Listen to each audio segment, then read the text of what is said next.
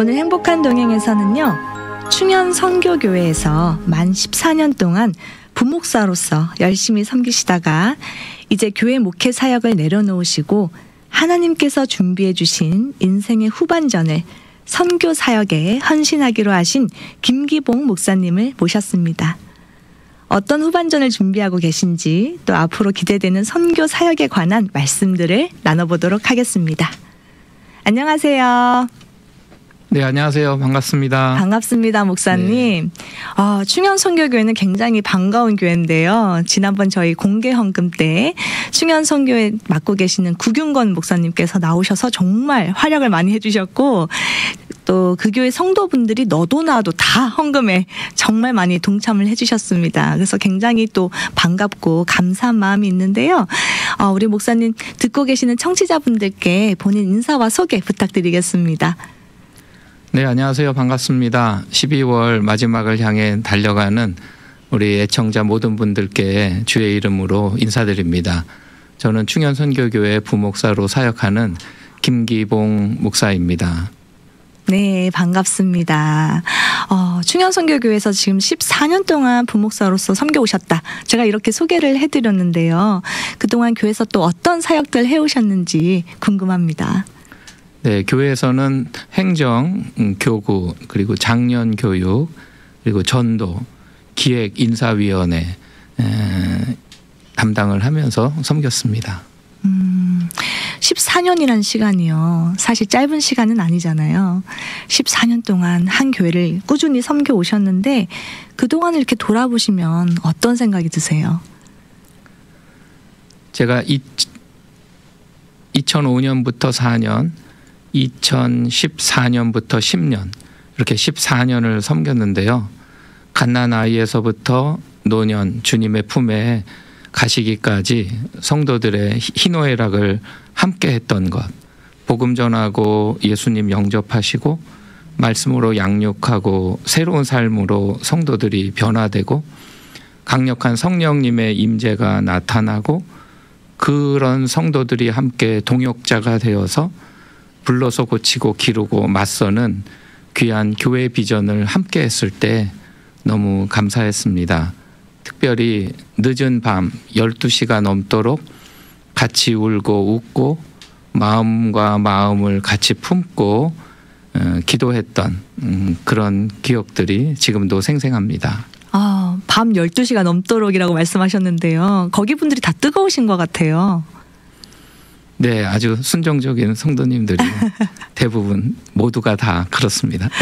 그래서 담임 목사님 여기 나와 계신다고 공개 헌금 날 정말 많은 성도분들이 충현 선교교회 누구누구가 계속 이름이 떴습니다. 그래서 정말 열정적이다. 성도분들이 참 뜨겁다. 그런 생각이 들었었는데 이제 그 사역을 내려놓으시잖아요.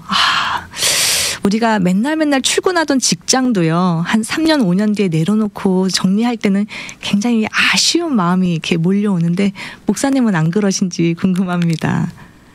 네, 아쉽기도 하고, 성도들과 이렇게 매일 만나던 것을 못 만난다 생각하니까, 하나님의 위로가 전적으로 필요한 것 같습니다. 목사님 오늘 우시면 안 됩니다.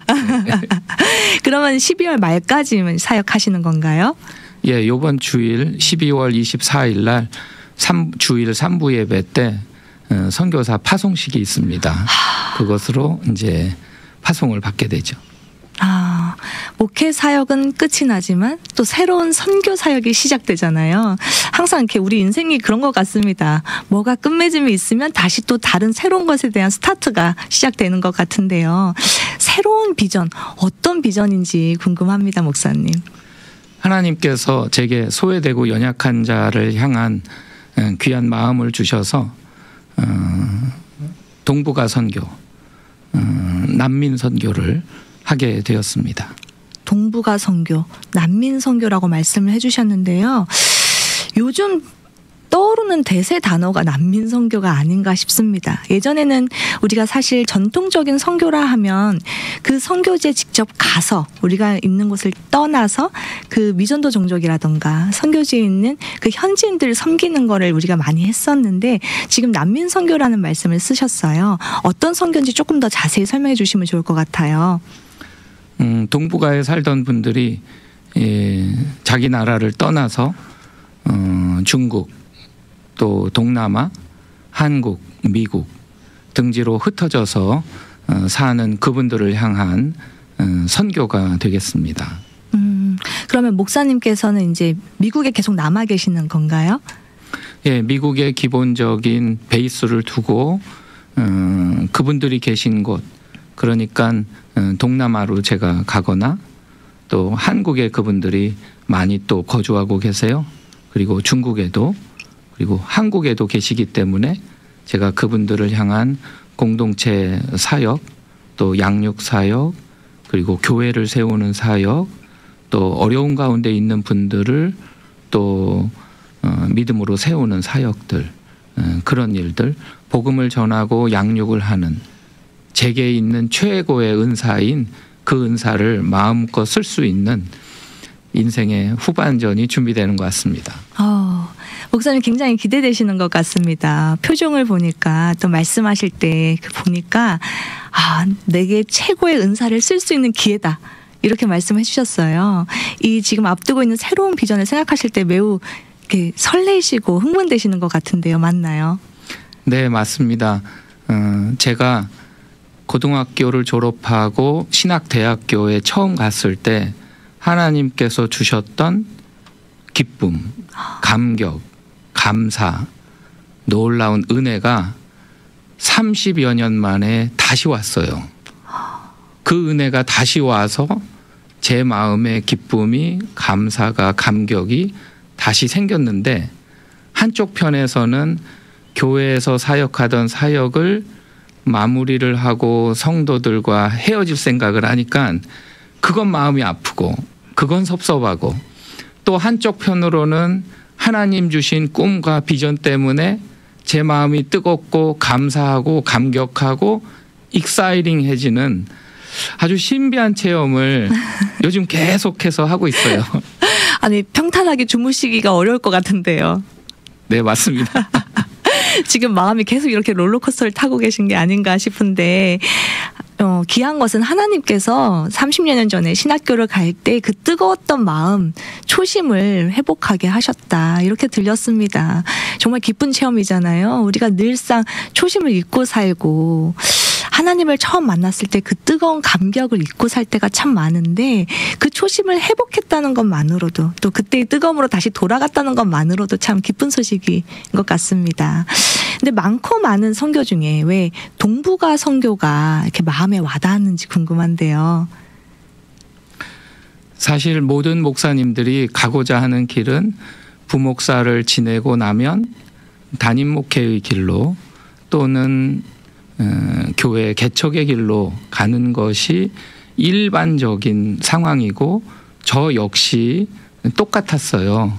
그런데 작년 11월, 12월 소외된 자, 연약한 자, 갇힌 자, 눌린 자, 포로된 자를 묵상하는 중에 제게 있던 이 꿈과 비전 이거를 내려놓고 소외된 자, 연약한 자, 제게는 탈북자, 제게는 탈북자를 위해 사역하는 사역자, 동북아 선교에 대한 하나님께서 놀라운 비전을 허락해 주셔서 감사했고 감격했고 너무 기뻤습니다.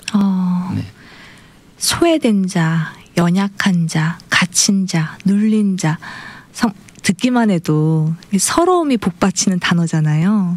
소외되고 연약하고 갇히고 눌리고 정말 사회적으로 소외된 자들을 생각할 때에 하나님께서 이 탈북자들 특별히 말씀해 주셨는데 이 동북아 선교를 생각나게 하셨다. 이렇게 말씀을 해 주셨습니다.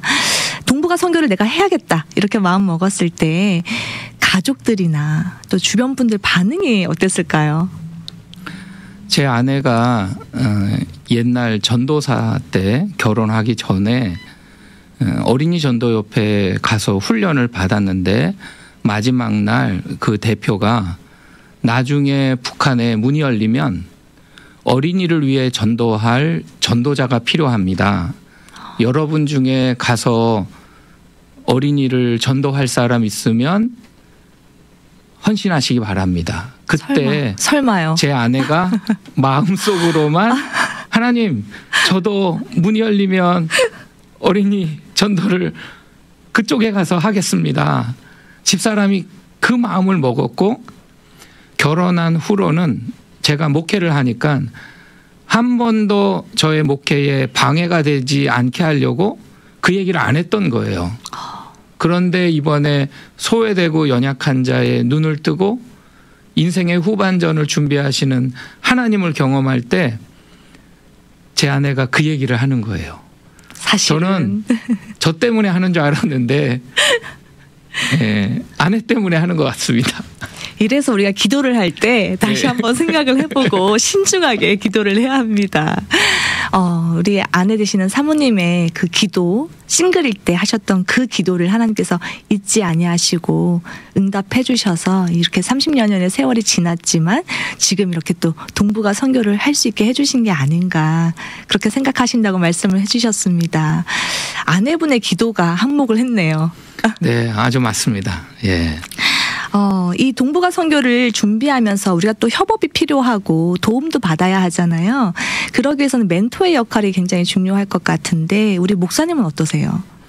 네, 저 같은 경우는 이 미국에서 동북아 선교를 가장 잘하시는, 한국에서 동북아 선교를 가장 잘하는 개인이나 단체를 찾았을 때, 그때 미국에서 한인교회에서 열심히 동북아 선교를 하셨고 지금도 열심히 하고 계신 서 예레미야라는 선교사님을 찾게 되었고 만나서 상담을 하고 또 그분이 제게 훈련을 받으라고 두 가지 훈련을 요청하셨는데 네.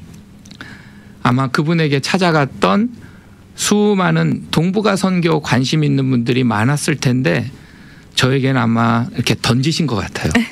그런데 저는 그걸 꼭 붙잡고 담임 목사님에게 찾아가서 구균건 목사님에게 이 모든 것을 다 말씀드리고 추천을 받고 사랑과 배려로 훈련 받을 수 있도록 허락해 주셨고 원로 목사님, 민종기 목사님에게 찾아가서 이 동북아 선교에 대한 이야기를 나눌 때 축복해 주시고 그렇게 하라고, 열심히 하라고, 돕겠다고 하셔서 저는 그 마음에 감동을 받고 아내와 함께 훈련을 지난 1년 동안 정말 열심히 받았고 그랬습니다. 와, 하나님께서 기도를 응답해 주실 때 정말 여호와 일에 하나님께서 다 준비해 놓으셨네요. 아멘입니다. 저는 깜짝 놀랐어요. 제 마음 문이 열리기를 하나님이 기다리셨구나. 그래서 다 예비해 놓으셨는데 내가 지난 32년 동안 쥐고 있었던 거를 놓지 못했었구나. 그래서 하나님께 죄송했어요. 감사하기도 했지만 그렇습니다. 그래도 우리 사랑의 하나님은 다그치지 아니하시고 윽박지르지 아니하시고 기다려주시고 마음이 열릴 때까지 모든 것을 먼저 예비해 두시고 그 마음을 부어주신 뒤에 길을 다 열어주신 것 같습니다. 그렇게 훈련 받을 수 있는 이 분야에서 정말 전문가라 불리는 멘토를 만나게 하시고 또 그 멘토를 통해서 훈련을 받고자 할 때에 현재 섬기고 있는 교회의 원로 목사님과 담임 목사님께서 이렇게 또 열렬하게 서포트를 해주시고 훈련을 받을 수 있게 해주시는 게 쉬운 건 아니잖아요. 근데 하나님께서 그 길을 다 열어놔 주셨다. 사모님의 기도로 시작해서 하나님의 예비하심으로 지금 마무리를 지었습니다. 들으면 들을수록 참 흥미가 있는데요. 지금 준비하고 계시는 그 동북아 지역이 그 복음 핍박하는 게 1위라고 제가 알고 있거든요. 현재 복음화율이 어떤지도 좀 궁금합니다. 오픈도어 선교회에서 그 동북아 지역을 향해서 지난 20년 동안 전 세계 기독교 박해 국가 순위를 꼽았는데 네네. 1년 빼고 19년 동안 1위가 그 동부가 거기입니다. 그 1년 뺀 이유는 네. 팬데믹 때 오픈이 되지 않아서 조사를 할 수가 없는 상황이어서 1년이 제외가 됐지, 지난 20년은 기독교 박해 국가 중에 최고의 박해지수 1위가 그 동부가라는 것이죠. 아까 말씀하신 그 표현 있잖아요. 소외된 자, 연약한 자, 갇힌 자, 눌린 자. 정말 딱 맞는 표현이다 생각이 드는 게, 기독교 핍박 국가 조사를 했을 때 20년 동안 팬데믹으로 인해서 조사를 못한 1년 빼고 19년을 1위를 했다. 이렇게 말씀을 해주셨어요. 쉽지 않은 여정이 되겠다라는 생각이 또 듭니다. 그 동부가 선교를 위해서 또 현재 준비하시면서 어떤 프로세스를 진행하고 계신지 궁금합니다. 저는 북한 안에 들어가서 하는 선교, 안문 선교라고 하는데, 저는 안문 선교는 직접적으로 하지 못하고요. 저는 뒷문 선교. 앞문으로 나올 수 없는 분들이 뒷문, 그러니까 국경을 넘어 나온 분들을 향해 저는 선교를 하는 것입니다.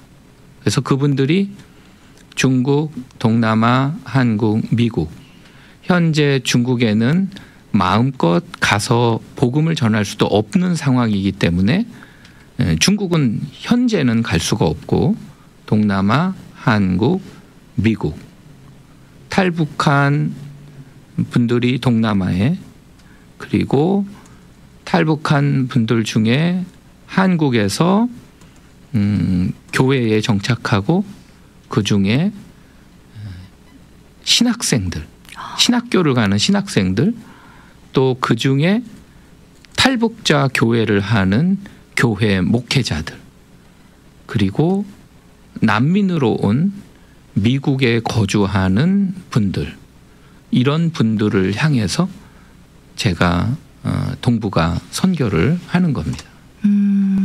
그래서 어떻게 보면요, 이 난민들이 우리가 살고 있는 곳으로 오는 것이 또 하나의 축복이라는 생각도 사실 듭니다. 뭐 우리가 선교지에서 말하는 창의적 접근 지역이라든가, 그러니까 목사나 선교사라는 타이틀로 들어갈 수 없는 곳들, 그리고 또 요즘 전문인 선교도 많이 하잖아요. 뭐 자기가 가지고 있는 기술을 가지고 들어가서 선교를 한다던가.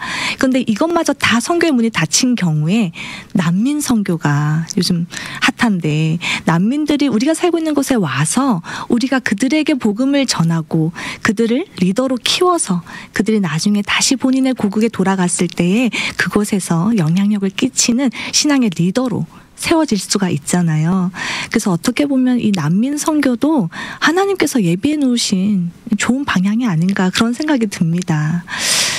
이 동부가 선교를 위해서 이제 또 미국 국제 선교 단체 노보 소속으로 사역을 하실 거라고 제가 알고 있습니다. 이 노보가 어떤 단체인지 소개 부탁드릴게요. 노보라는 말은 라틴어 make new라는 새롭게 만든다라는 의미의 라틴어입니다. 그러니까 초교파 단체인데 100여 개국에 600여 명의 선교사가 파송돼 있는 미국 선교 단체고요. 그 노보 안에 노보 NK, 노스 코리아, 노보 NK라는 그 파트에서 제가 함께 사역을 하게 됩니다. 이 단체하고는 또 어떻게 연결이 되셨어요? 그 서예레미야 선교사님, 제 멘토를 통해서 알게 되고, 또 훈련을 받게 되고, 또 지난 9월 말에 선교사로 허입이 되고, 그런 과정을 겪었습니다. 네. 훈련을 준비하시고 이렇게 알아보시고 선교사님 멘토를 만나시고 이 단체와 연결이 되고, 굉장히 뭐가 이렇게 스피디하고 다이나믹하게 연결이 되신 것 같습니다. 맞죠? 네, 맞습니다. 예. 하나님께서 급하신 게 아닌가, 이런 생각이 드는데요. 그래서 또 이렇게 목회 사역도 깔끔하게 정리가 되고 다음 사역으로 들어갈 수 있도록 또 이 귀한 단체를 만나셨는데, 앞으로 어떤 사역들을 하실 계획인가요? 네, 저는 동남아에서 레퓨지로 나온 분들을 한국에 가기 전에 한국에 가면 돈이나 삶의 문제 때문에 신앙생활을 하지 않는 분들이 너무 많습니다. 그래서 한국에 가기 전에 힘들고 어려운 환경에 있는 그 장소에서 같이 먹고 같이 자고 그러면서 성경 읽고 성경 공부하고 성경 암송하고 성경을 묵상하면서 그들과 한 집에서 같이 먹고 자는 거예요. 제일 힘든 사역인데요. 네. 공동체 사역. 예, 공동체 사역을 하면서 그러면서 사역으로 하는 것이 아니라 사랑으로 그들을 가족으로 받는 거죠. 그래서 저는 그들을 딸이나 아들로 보고 또 그분들은 저를 제 아내를 아빠나 엄마로 가족으로 받아서 같이 마음 문을 열고 같이 살고 말씀이 들어가고 생명의 말씀이 능력이 있어 말씀을 체험하고 예수님을 체험하고 성령님을 체험해서 마지막 3개월이 됐을 때는 세례를 받는 거예요. 세례는 강압적인 방법이 아니라 자기가 원하는 사람. 그러면 신기하게 90% 이상이 예수님을 영접을 하고 세례를 받고 그리고 간증을 해요. 그럼 간증을 들으면 저 사람이 진짜인지 아닌지 예수님 안에 예수님을 만났는지 안 만났는지 알 수가 있게 되고 놀라운 역사들이 펼쳐져서 그리고 후에 한국에 가면 힘들고 어려워도 업사이드 다운 삶의 우선순위가 바뀌어지지 않고 예수님을 끝까지 믿고 의지하며 산다는 거지요. 그래서 이 탈북하신 분들이 결국 자기 땅에 미리 온 사람 그 요셉처럼 말이에요. 네네. 미리 온 사람으로 자기 땅을 향한 선교 복음을 증거할 증거자들로 우리들이 그분들을 훈련하고 준비시켜서 나중에 그분들과 함께 문이 열리면 통일이 되면 그분들을 앞세워 저희가 따라가서 교회를 세우는 것 이것이 중요한 방향입니다. 말씀 감사합니다. 그때는 문이 열리니까 당당하게 앞문으로 들어가는 앞문 선교를 할 수 있겠네요. 네, 맞습니다. 예. 네, 그들과 함께 먹고 자고 같이 말씀 보고 예배드리고 예수님께서 제자들과 그렇게 사셨잖아요. 삶을 통해서 제자들에게 하나님을 보여주시고 하나님을 알려주시고 말씀을 들려주시고 그렇게 했었는데 우리 김기복 목사님께서 꿈꾸시는 게 바로 그런 예수님이 보여주신 삶의 교제, 삶의 예배가 아닌가 그런 생각이 들었습니다. 아빠의 마음으로 또 사모님께서 엄마의 마음으로 그들을 품는다고 했는데 앞으로 정말 수많은 아들과 딸들이 생기시겠습니다. 처음에는 힘들다고 그래요. 왜냐하면 왜 이렇게 아침, 점심, 저녁 잘 먹여주는 거예요? 우리를 이용하려고 이렇게 잘해주는 거예요? 우리를 어디다 팔려고 그럽니까? 피를 빼서 어디다 팝니까? 장기 밀매를 하려고 이렇게 우리한테 잘해주는 겁니까? 이유가 뭐지요? 이렇게 믿지 않고 거짓으로 알고 속이는 줄 알고 그렇게 대한다는 거예요. 그럴 때는 사역이 아니라 가족으로 받아서 온 몸으로 사랑하고 섬기고 기다리고 참아줄 때 이분들의 마음이 열린다는 거예요. 그러면 그 속에 생명의 말씀이 성령의 능력이 그들을 변화시킨다는 거죠. 아멘. 아멘입니다. 그래서 짧은 몇 개월 동안 그분들이 놀랍게 본어겐 크리스찬, 거듭난 성도로 변화된다는 것이 놀라운 특징이라고 합니다. 네. 조건 없는 사랑을 한없이 받아본 사람이 또 다른 조건 없는 사랑을 신뢰할 수가 있는데 아직 조건 없이 흠뻑 주시는 하나님의 사랑을 잘 몰라서 그들이 그렇게 의심하고 경계하는 게 아닌가 싶은데요. 우리 김기복 목사님과 또 사모님의 그 사역을 또 그 사랑을 통해서 그들이 조건 없이 한없이 주시는 하나님의 사랑을 좀 잘 체험했으면 좋겠다 이런 생각이 듭니다. 이 사역 앞두시고 가장 가슴 뛰는 부분이 무엇이라고 생각하세요? 고등학교 때 주셨던 그 감동과 그 은혜가 저를 다시금 뛰게 한다는 것. 그게 너무너무 감사 감격이고요. 하나님께서 다 준비해 주셨고 또 목사님의 마음을, 성도들의 마음을, 가족의 마음을, 또 선교단체를, 또 여러 사역들을 주님께서 아까 말씀하신 것처럼 다 준비해 놓으셨다라는 것, 그 앞에 제가 할 수 있는 것은 순종이었어요. 능력이 아니라, 실력이 아니라, 어떤 파워가 아니라 순종이구나. 그래서 여기까지 달려올 수 있었습니다.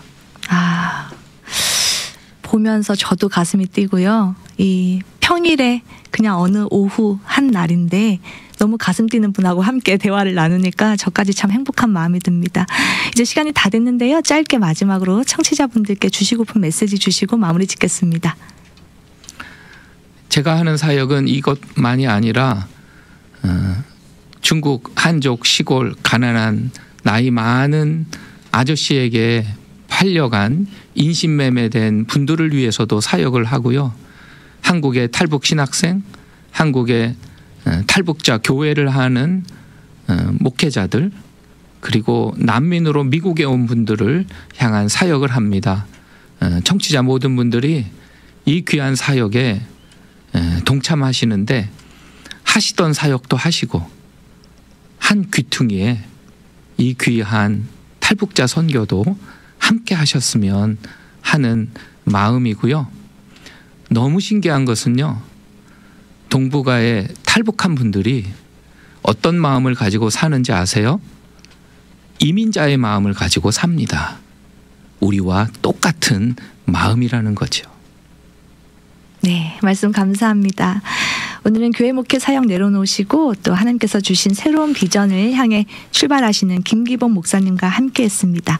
앞으로 선교 사역에서 귀하게 쓰임 받으시기를 응원하면서요. 오늘 인터뷰 여기서 마치겠습니다. 감사합니다. 네, 감사합니다.